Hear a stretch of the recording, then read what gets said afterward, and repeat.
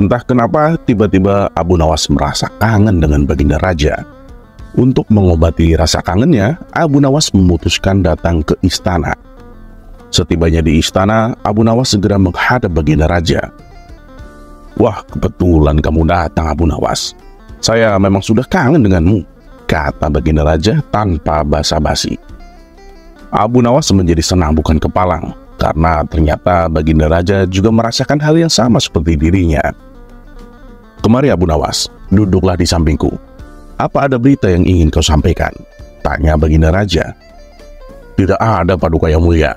Tujuan hamba datang kemari juga karena hanya merasa kangen, ingin bertemu Paduka yang mulia," jawab Abu Nawas. Ketika keduanya sedang asik ngobrol, tiba-tiba Baginda Raja berdiri dari singgasananya. "Sebentar Abu Nawas, aku mau ganti baju dulu," ucap Baginda Raja. Setelah Abu Nawas menunggu agak lama, Baginda Raja pun keluar dari kamarnya dan kembali menghampiri Abu Nawas. Betapa terkejutnya Abu Nawas melihat Baginda Raja menggunakan baju yang amat sederhana seperti dirinya. Dengan senyum penuh bahagia, Abu Nawas bertanya, "Wah, ini ada gerangan apa? Tiba-tiba Paduka memakai baju seperti saya." "Ya, saya ingin main ke rumahmu Abu Nawas," sahut Baginda Raja. Mendengar itu Abu Nawas semakin bahagia, apalagi ketika Baginda Raja mengatakan dirinya tak mau dikawal. Ia hanya ingin pergi berdua saja dengan Abu Nawas. "Kalau boleh tahu, untuk apa Paduka main ke rumah hamba?" tanya Abu Nawas penasaran. "Ya, pokoknya saya pengen aja main ke rumahmu," balas Baginda Raja. "Tapi sebelumnya hamba minta maaf Paduka. Kondisi rumah hamba lagi berantakan. Hamba khawatir nanti Paduka tidak betah berlama-lama di rumah hamba," ujar Abu Nawas. "Sudahlah Abu Nawas, toh saya juga tak ingin meminta apa-apa di rumahmu. Saya hanya ingin main ke rumahmu," timpal Baginda Raja. Karena Baginda memaksa, maka Abu Nawas pun mengalah. Mereka berdua lalu berjalan kaki menuju rumah Abu Nawas yang jaraknya tak begitu jauh dari istana. Sesampainya di rumah, Baginda Raja tak menyangka rumah Abu Nawas sangat sederhana, tak ada barang berharga di rumahnya. "Kamu sendirian Abu Nawas?" tanya Baginda Raja. "Benar Paduka, istri saya sedang menjenguk orang tuanya," jawab Abu Nawas. "Bukankah kamu sering menerima banyak hadiah dariku? Tapi kenapa rumahmu tak ada satupun barang yang berharga?" tanya Baginda Raja kembali. "Benar Paduka, jadi setiap kali hamba menerima hadiah dari Paduka, hamba selalu membagi-bagikan kepada para tetangga yang miskin," jelas Abu Nawas. Baginda Raja pun semakin kagum dengan kepribadian Abu Nawas. Ia lebih memilih hidup sederhana dan membagi rezekinya kepada orang miskin. "Abu Nawas, aku ingin belajar tentang kebijaksanaan hidup darimu," kata Baginda Raja. "Oh, boleh saja.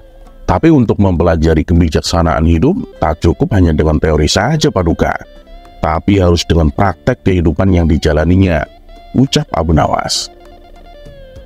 "Ya, karena itulah aku datang ke sini Abu Nawas. Aku tidak keberatan kalaupun harus menginap di rumahmu," ujar Baginda Raja. Malam itu Baginda Raja tidak kembali ke istana. Ia berencana menginap di rumah Abu Nawas. Setelah malam tiba, Abu Nawas berencana memasak sayur sop untuk makan malam. Ia pun lalu membakar kayu di bawah tungku. Abu Nawas beberapa kali meniup-niup api yang mulai menyala. Melihat hal itu, Baginda Raja bertanya, "Abu Nawas, mengapa api itu kau tiup?"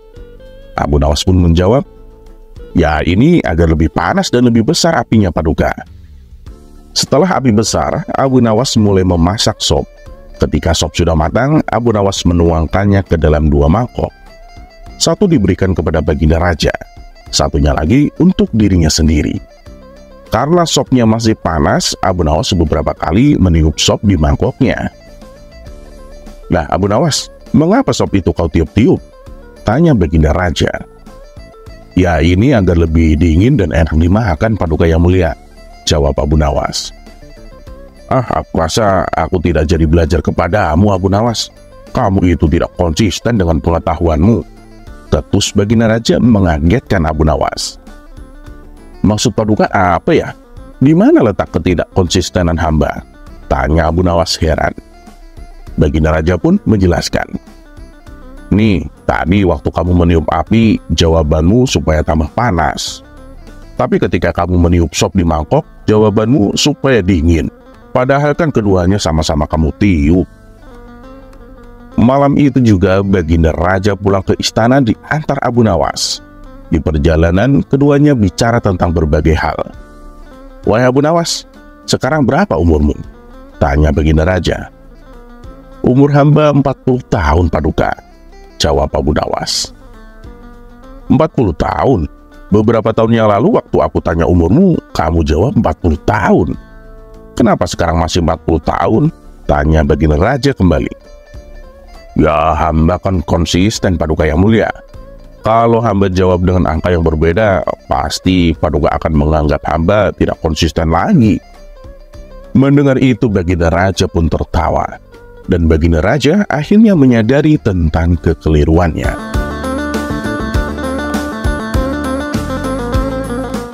Terlepas apakah cerita ini adalah cerita fiksi atau kenyataan, karena hikmah adalah barang hilang seorang muslim.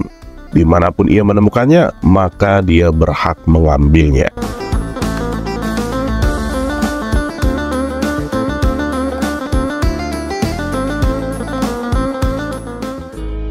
Kisah selanjutnya.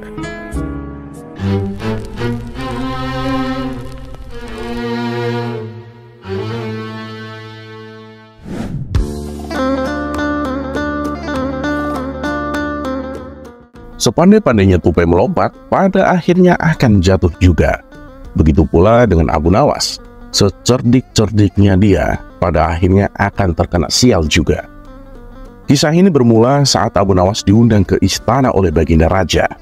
Rupanya Baginda Raja sudah mempersiapkan tantangan yang membuat Abu Nawas kewalahan.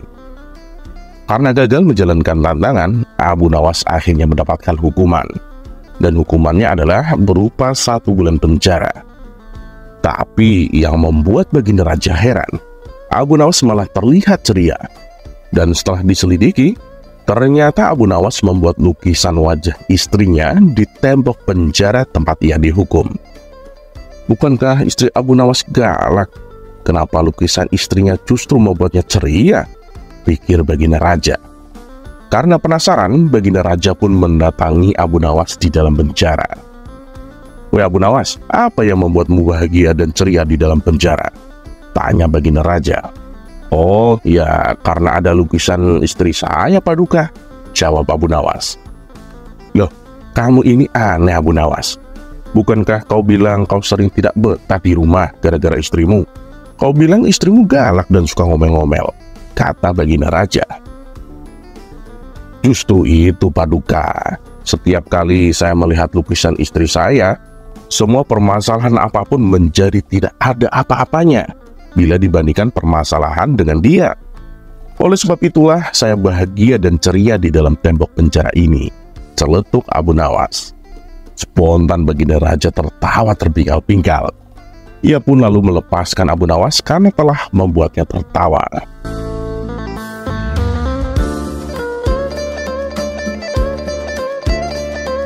Terlepas apakah cerita ini adalah cerita fiksi atau kenyataan, karena hikmah adalah barang hilang seorang muslim. Dimanapun ia menemukannya, maka dia berhak mengambilnya.